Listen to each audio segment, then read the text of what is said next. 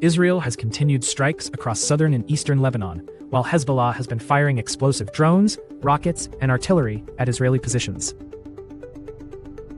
Washington is pushing Lebanon and Israel into talks, while Israeli forces are preserving pressure on Hezbollah, and Lebanese politics is resisting concessions.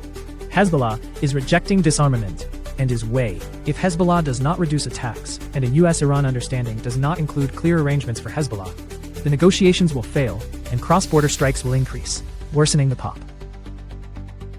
A 60-day ceasefire draft has proposed reopening the Strait of Hormuz, with Iran clearing mines and the US lifting select sanctions while nuclear talks are negotiated.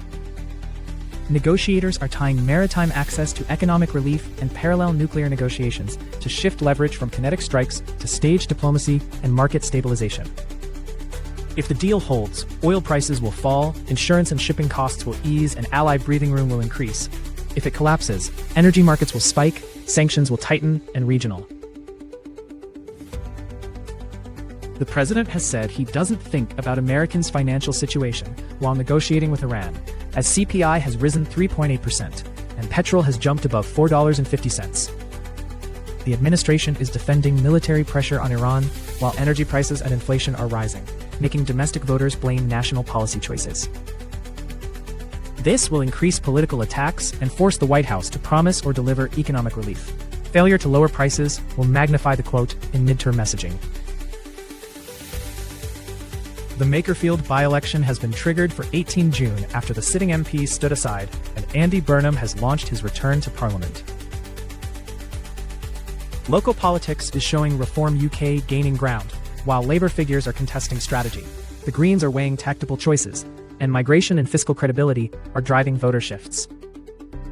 The result will shape Labour's leadership debate, will affect the balance of anti-establishment politics in Westminster, and will influence national messages on immigration and economic competence. Consumer confidence has fallen to its lowest level in a decade as households report rising living costs and worry about energy prices and higher interest rates. Inflation is staying above target while energy and food price risks are persisting, so households are cutting discretionary spending and using savings to cover essentials. Slower consumption will reduce retail and auto sales, cool the housing market, and increase pressure on policymakers to balance rate decisions against the risk of a deeper growth slowdown.